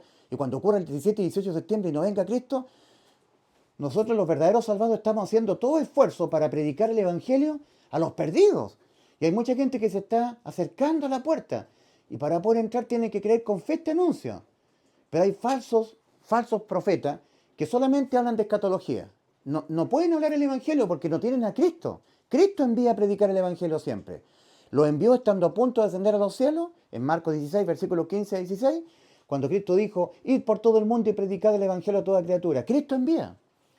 El que creyera en el Evangelio y que como resultado de haberlo creído con fe, le fuere sumergido el Espíritu Santo, fuere bautizado, el tal será salvo, y el que no creyere será condenado. Marcos capítulo 16, versículos 15 al 16. Pero la gente tiene que oír el Evangelio. En Romanos capítulo 10, Romanos 10, versículos 14 y 15 dice, ¿cómo pues la gente del mundo podrán oír el Evangelio si no hay quien se los predique? ¿Y cómo predicarán el Evangelio si no fueren enviados? Cristo envía. Cuando Cristo es sumergido dentro, está dentro Cristo de una persona salvada, hace lo mismo Cristo, envía al salvado a predicar el Evangelio. Yo soy uno de ellos.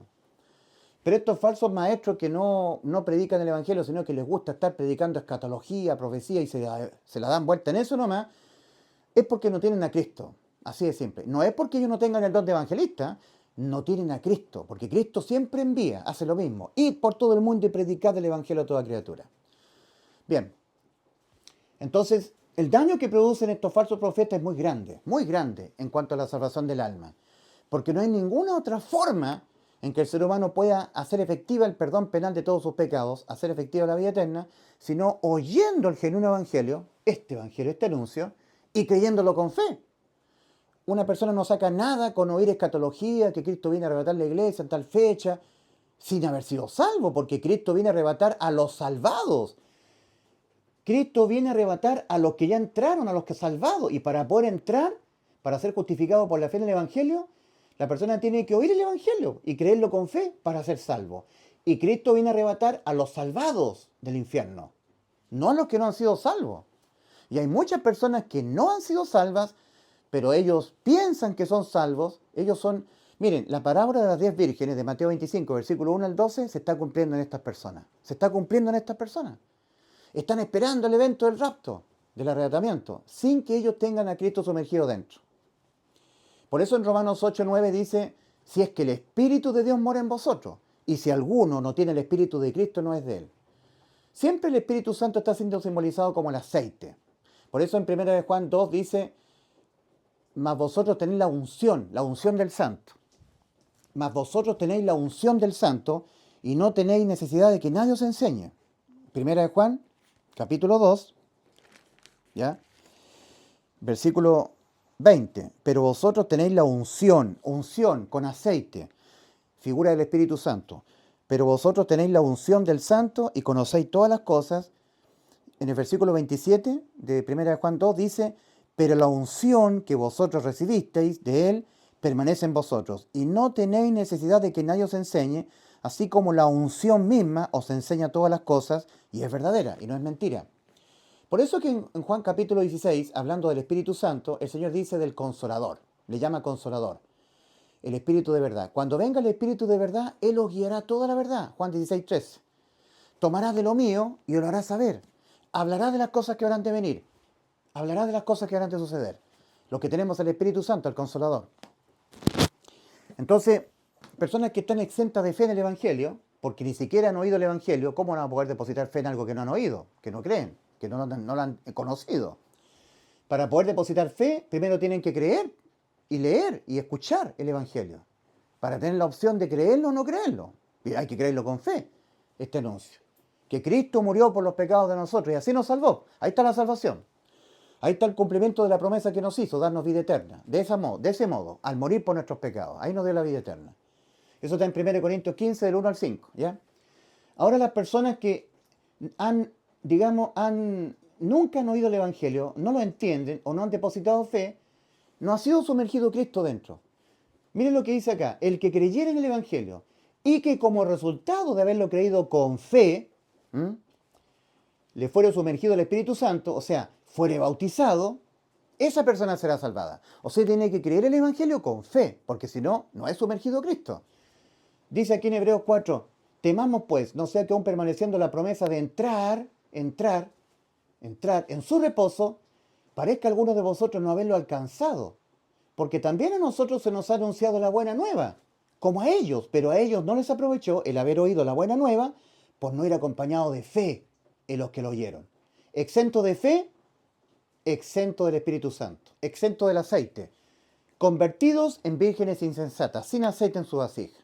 Las vírgenes prudentes, saliendo a recibir al novio, tomaron juntamente con sus lámparas el aceite.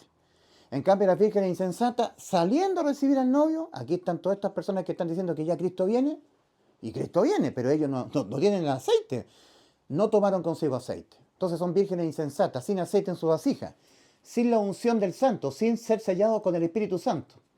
Efesios capítulo 1, versículos 13 y 14. El apóstol Pablo a los creyentes de Éfeso, a los ya salvados con vida eterna, que habían depositado fe en el Evangelio, les dice, en Cristo, en Él también vosotros, Efesios, habiendo oído la palabra de verdad, el Evangelio de vuestra salvación.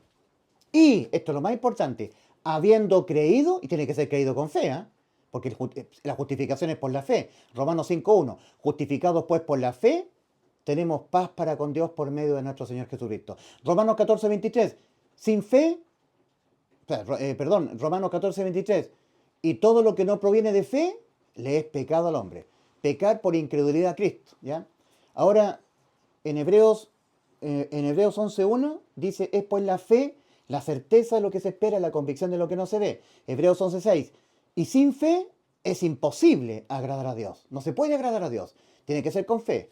Entonces, en Cristo, en Él, Efesios 1, versículos 13 y 14, el apóstol Pablo escribiéndole a los que ya habían sido salvos que estaban en Éfeso, a la iglesia en Éfeso, en Cristo, en Él también vosotros, habiendo oído la palabra de verdad, el evangelio de vuestra salvación, y habiendo creído en el evangelio de vuestra salvación, fuisteis sellados. Ahí fue sumergido Cristo en cada uno de ellos. Fuisteis sellados con el Espíritu Santo de la promesa, que es la zarra de nuestra herencia, hasta la redención de la posesión adquirida. Hasta ese evento, el rapto, el arrebatamiento, va a estar el Espíritu Santo, porque es la prenda en garantía.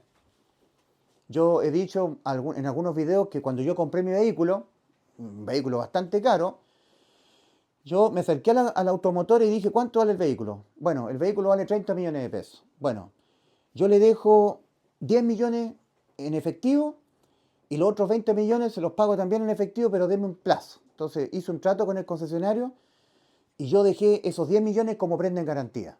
Le garantizo que ese vehículo es mío. Y si no, se deja esos 10 millones para usted. Se lo estoy garantizando. Si no cumplo yo con el plazo convenido con usted de traer los otros 20 millones de saldo, que resta colocarlo para completar los 30 millones, entonces el auto se lo deja para usted. O sea, lo estoy colocando como una prenda en garantía. Entonces el concesionario, el dueño de la automotora, apartó el vehículo. Entonces ya cuando venían clientes no podían comprar ese vehículo porque estaba tratado conmigo, pactado conmigo. Me demoré un tiempo en tener que ir a los bancos, a reunir dinero en efectivo, y después volví al concesionario y le dije, ya señor, ¿mi vehículo dónde está? Ahí se lo tengo, señor. Todavía estamos en el tiempo, en el plazo, que convenimos para que usted me viniera a dejar los 20 millones del saldo que faltan, porque le había dado 10 millones como prenda en garantía. Ahora, yo le transferí inmediatamente 20 millones más, sumaron los 30 millones de pesos, entonces el concesionario me dijo, señor, ahí está la llave de su vehículo, es suyo. Entonces me llevé el vehículo. Pero yo había prometido al concesionario que ese vehículo era mío, que yo ya me lo compraba para mí. Ahora, ¿qué hubiese pasado si yo no hubiese podido reunir en el tiempo pactado, que yo pacté un tiempo con él, no hubiese podido reunir los otros 20 millones de pesos? Habría perdido esos 10 millones porque yo se los dejé como un juramento. Yo le juro por lo más solemne que ese vehículo ya es mío. Se lo compro, ya le prometo que es mío. Y como prenda en garantía le doy 10 millones de pesos. Ahora, repito, ¿qué hubiese pasado si yo no hubiese logrado en el tiempo que había convenido con él reunir los 20 millones saltantes, el saldo restante? Habría perdido los 10 millones de pesos y no lo habría podido reclamar. Imaginémonos que yo hubiese pasado el tiempo que yo convení con él, me hubiese pasado ese tiempo y yo vengo ya fuera de tiempo y le digo, ¿sabe amigo? No pude reunir los 20 millones de pesos. señor dueño de esta automotora, ¿me podría usted devolver los 10 millones que yo le pasé? No, ¿por qué? Po? El concesionario me diría, ¿por qué si usted me lo dejó como prenda en garantía? Me garantizó que el vehículo era... Entonces yo, por eso yo aparté el vehículo, no se lo vendí a ningún otro cliente. O sea, yo perdí perdí ventas porque usted me prometió comprarme el vehículo, ¿me entienden? Entonces, la prenda en garantía es las arras de nuestra herencia en los cielos. En Cristo, en Él también vosotros, Efesios, habiendo oído la palabra de verdad, el evangelio de vuestra salvación, y habiendo creído en Él, fuisteis sellados con el Espíritu Santo de la promesa, que es las arras, la prenda en garantía de nuestra herencia en los cielos. Ya somos salvos ya. El que tiene a Cristo tiene la vida. ¿Quién lo dice? Juan, 1 Juan 5, versículos 10 al 12. El que cree en el Hijo de Dios tiene el testimonio en sí mismo, tiene a Cristo en forma espiritual morando dentro. Porque en Romanos 8:16 dice el Espíritu mismo, el Espíritu de Cristo morando dentro de nosotros, el Espíritu Santo, o sea, Cristo mismo morando dentro de nosotros en forma espiritual, el Espíritu mismo da testimonio a nuestro espíritu de que somos hijos de Dios. Seguridad de ser salvos. Romanos 8:16. Entonces en 1 Juan 5, versículos 10 al 12 leemos, el que cree en el Hijo de Dios tiene el testimonio en sí mismo. El que no cree a Dios le ha hecho mentiroso porque no ha creído en el testimonio que Dios ha dado acerca de su Hijo. Y este es el testimonio, que Dios nos ha dado vida eterna.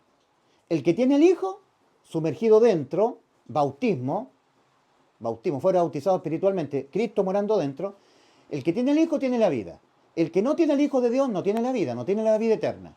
En el versículo 13, 1 Juan 5:13, Juan dice, estas cosas os he escrito a vosotros que creéis en el nombre del Hijo de Dios para que sepáis que tenéis vida eterna. ¿Ya? ¿Qué es lo que dijo el Hijo de Dios? Yo les doy vida eterna. Y eso en cumplimiento a 1 Juan 2:25. Y esta es la promesa que nos hizo, la vida eterna. 1 Juan 2:25. En Juan 10:28 Cristo dijo, yo les doy vida eterna. Y en la cruz del Calvario, habiendo sido cargado con todos nuestros pecados, habiendo sido muerto por nuestros pecados, volviendo a la vida, sabiendo Jesús que estaba todo consumado, dijo para que la Escritura se cumpliese, tengo sed, y antes de entregar su espíritu dijo, consumado es, Juan 19:30, lo que les prometí, la vida eterna, y entregó su espíritu y murió. Nos salvó, nos salvó por sustitución de condena. Él, en vez de nuestras almas, murió la muerte de nuestras almas por causa de los pecados que cometemos nosotros todo el tiempo que nuestras almas viven en el cuerpo, toda nuestra vida terrenal, hasta que nos muramos. En el camino ancho, en el camino angosto, hasta la muerte. Entonces Cristo nos ha sustituido judicial, penal, moral, judicialmente, espiritualmente, moralmente, penalmente, todo nuestro caminar por este mundo hasta que nos muramos. En el camino ancho, en el camino angosto, hasta que nos muramos. En el aspecto condenatorio, penal. Sustituido todo nuestro paso por esta vida terrenal. En el aspecto penal, judicial, condenatorio. O sea, Cristo se aseguró de que no hubiese nada que nosotros hiciéramos en este paso por este mundo que nos condenase nuestras almas a la muerte. Nada en lo absoluto. Todo le fue imputado a Él. Y por eso nos salvó, nos dio la vida eterna. Por sustitución de condena. Este es un evangelio tan bonito, tan precioso. Es una salvación tan grande. Bien, ahí está el anuncio. Ahí está la buena noticia de salvación. Así fue como Cristo cumplió la promesa que nos hizo. Murió por los pecados de nosotros. Entonces la persona necesita oír este anuncio para hacerlo efectivo por la fe, creyéndolo con todo el corazón. Entonces, hoy en día, estos falsos profetas que han estado, o falsos maestros que han estado diciendo que ya el arrebatamiento está a punto de ocurrir, el 18 y 19 de septiembre, eso no tiene validez porque podría ser, si los elementos que ellos están usando para darle seguridad a esa fecha fueran válidos. Pero las personas están diciendo, por ejemplo, que ya la semana 70 empezó el 2021. Es imposible eso porque cuando ocurra la semana 70 va a ser tan... porque dice claramente, tribulación cual nunca la ha habido, desde que los hombres han estado en la tierra ni la habrá. Iniciando la semana 70 el profeta Daniel, iniciando la semana 70, iniciando el periodo de 7 años, de inmediato se desatan 4 sellos en forma simultánea, que están en el Apocalipsis capítulo 6. El primer sello desatado es el advenimiento del anticristo al mundo. El caballo blanco, el jinete que monta el caballo blanco, que sale venciendo para vencer, el impostor de Cristo. Inmediatamente el segundo sello es quitada de la tierra la paz y los hombres se matan unos a otros. Pero en este tiempo no estamos viviendo eso. El tercer sello desatado, viene la hambruna mundial. 2 libras de trigo por un denario. Lo que hoy cuesta 10 pesos, costará 40 veces más. 40 veces 10 pesos. ¿Ya? Si es que está disponible el producto para poderlo comprar. En los supermercados habrá completo desabastecimiento y las personas para poder agarrar algo se matarán entre ellos. Lucharán por un plato de comida. Al cuarto sello desatado, un cuarto de la población mundial será vaciada de la tierra por acción del jinete del caballo amarillo. Entonces, pero eso es inmediatamente iniciado el periodo de la semana 70 del profeta Daniel. Y hay estos falsos profetas que están diciendo que la semana 70 ocurrió en 2021. 2021, 2022, 2023, 2024. ¿Me entienden? Entonces las personas que le escriben a estos falsos profetas son personas que están en la oscuridad. ¿Ya? Cuando llegue el 17, el 18 de septiembre, se van a dar cuenta que esto fue un engaño. Lo peor de todo es que gente que se está acercando, porque el Señor dijo le dijo a los discípulos del Señor, que después fueron los apóstoles, le dijo, por ejemplo, a Pedro, os haré pescadores de hombres, porque eran pescadores los discípulos del Señor. Juan, Jacobo, Pedro eran pescadores. El Señor les dijo, os haré pescadores de hombres. Simbólicamente, los seres humanos se están acercando cuales peces, este es el mar, se están acercando a la luz. Se están acercando. Pero estos falsos profetas ni les hablan el Evangelio, porque ni siquiera ellos tienen a Cristo sumergido dentro, sino que solamente están hablando profecías, falsos profetas. Entonces hay mucha gente que se está acercando a la puerta estrecha para poder oír el Evangelio que le estoy predicando yo y otros hermanos más que están predicando. Pero cuando esto no se cumpla, lo que dicen estos falsos profetas, cuando llegue el 17 y 18 de septiembre y no se cumpla que venga Cristo a arrebatar la iglesia, porque no va a venir, entonces, ¿y por qué don Ulises no va a venir? Porque yo tengo claridad en lo que está escrito, por eso. En 2 de Pedro 3, versículos 8 y 9 dice, mas, oh amados, no ignoréis esto, que para con el Señor un día es como 1000 años y 1000 años como un día. El Señor no retarda su promesa como algunos la tienen por tardanza, sino que es paciente para con nosotros, no queriendo que ninguno perezca, sino que todos procedan al arrepentimiento. Pero el día del Señor vendrá, como ladrón en la noche. Es paciente para con nosotros. El Señor va a alargar su paciencia lo más que pueda, porque el Señor es muy misericordioso. Por eso lo sé.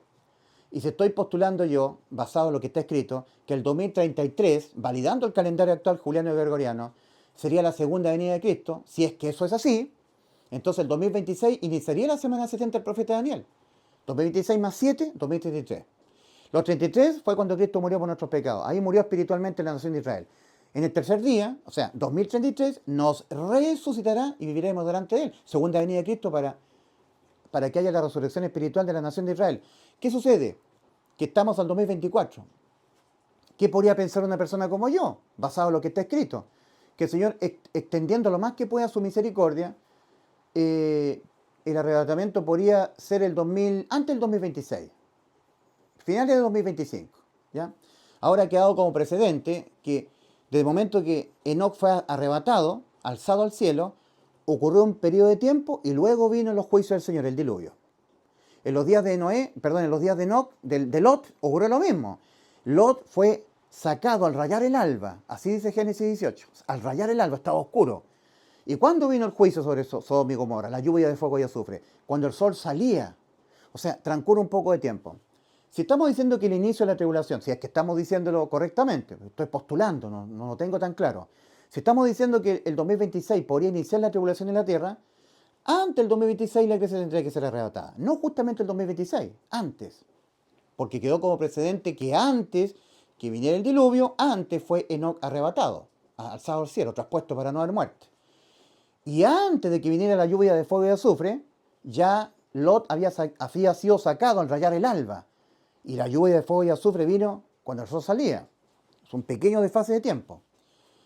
Entonces, pero todas estas son postulaciones. Por eso que yo no le presto atención a estos falsos profetas, porque no están siendo sus profecías basadas en lo que está escrito. Solamente los que están soñando, supuestas revelaciones. ¿Me entienden? Entonces, ¿qué es lo que tenemos como palabra profética más segura? Lo que está escrito en la Biblia. No lo que ven los ojos, los sueños, porque eso no es seguro. Esto es la palabra profética más segura. Nuevamente, 1 Pedro 4:11. Si alguno habla, hable conforme a las palabras de Dios. Primera de Pedro 4:11. Pablo, el apóstol Pablo ahora, 2 Corintios 4:13. Pero teniendo el mismo espíritu de fe, conforme a lo que está escrito creí. No conforme a lo que ven mis ojos, las revelaciones, los sueños, no. Conforme a lo que está escrito creí, por lo cual hablé. Nosotros también creemos, por lo cual también hablamos, lo que está escrito. No lo que ven los ojos, no lo que soñamos, no lo que nos... Porque ahí opera Satanás. Satanás opera a través de los sueños, de las visiones. No es lo más seguro, sino lo que está escrito. Ese es el efecto que producen estos falsos profetas. Entonces, basado en que estos falsos profetas de hoy en día están diciendo que están dando fechas de que Cristo viene a arrebatar la iglesia, tenemos lo que el apóstol Pablo le dijo a la iglesia primitiva, específicamente a la iglesia en Tesalónica. Les dijo, si antes no viene la plena apostasía y es revelado a la iglesia quién sea el hombre de pecado, entonces no hay arrebatamiento.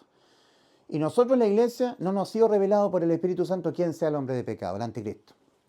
Lo que sí sabemos es que el anticristo es un impostor de Cristo, que es en vez de Cristo y en contra de Cristo. Cristo inició su ministerio cuando tenía 30 años y a los 33 años murió en la cruz del Calvario por nuestros pecados. Entonces el anticristo tiene que tener actualmente entre 28 y 29 años. Es una pista. En otros videos yo he hablado de otras características más del anticristo. Ahora, por cosas de tiempo, no voy a hablarlo. Ese es el daño que producen los falsos profetas. Que cuando no se cumple lo que ellos dicen, mucha gente que se está acercando, cuales peces, para ser sacados a la vida eterna, los pececitos, los peces, nosotros somos pescadores de hombres, pescadores de seres humanos, estas personas se van a ir. Ese es el daño que producen los falsos profetas. Por eso que el Señor pedía apedrearlos si no se cumplía lo que ellos decían. ¿Qué va a pasar con estas personas? Cuando venga en septiembre, el 18-19, el día 18-19, y no ocurra el arrebatamiento. ¿Qué va a pasar con estas personas? Tendríamos que apedrearlas.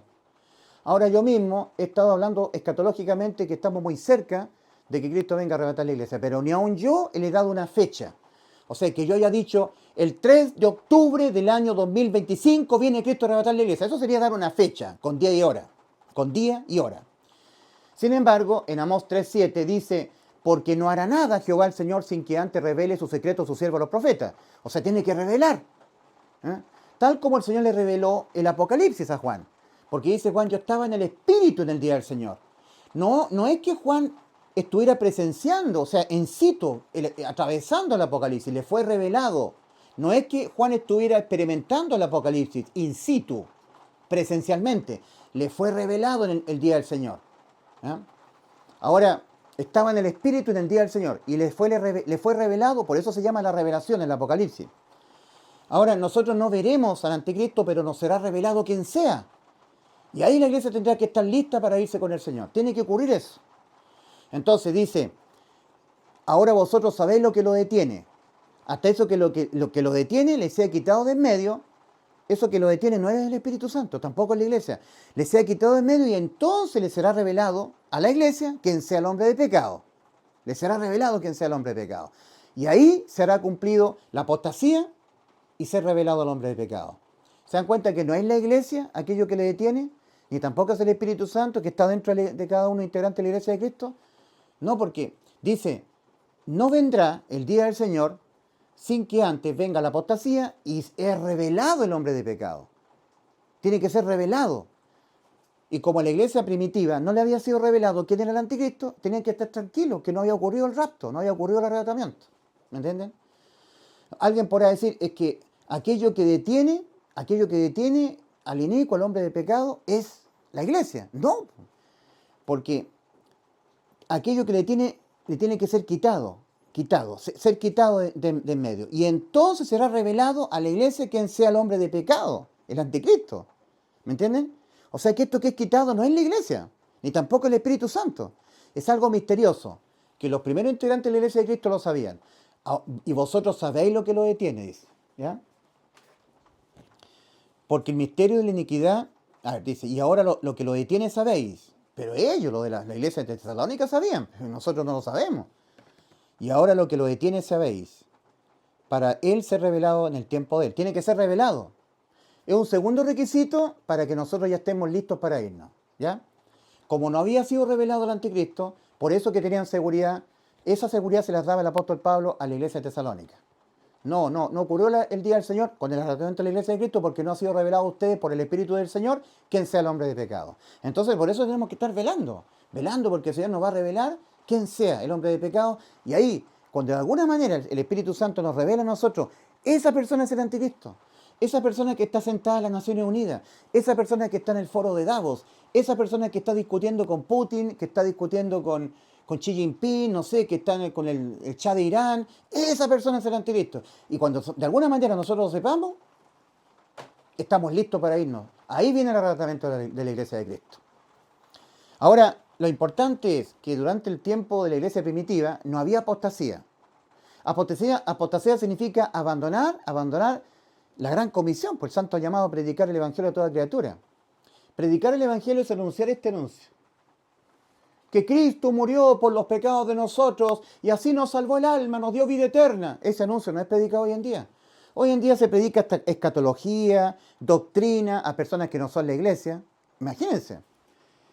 Miren, la salvación es por justificación, no por santificación. Santificación tiene que ver con una vida agradable a Dios, obedeciendo sus mandamientos, dejando el pecado. Eso es santificación. Pero la salvación no es por obras. La santificación tiene que ver con obras nuestras, cumplimiento de los mandamientos del Señor. Pero la salvación no es por obras, sino por justificación. ¿Ya? Justificados pues por la fe, tenemos paz para con Dios por medio de nuestro Señor Jesucristo. Romanos 5.1.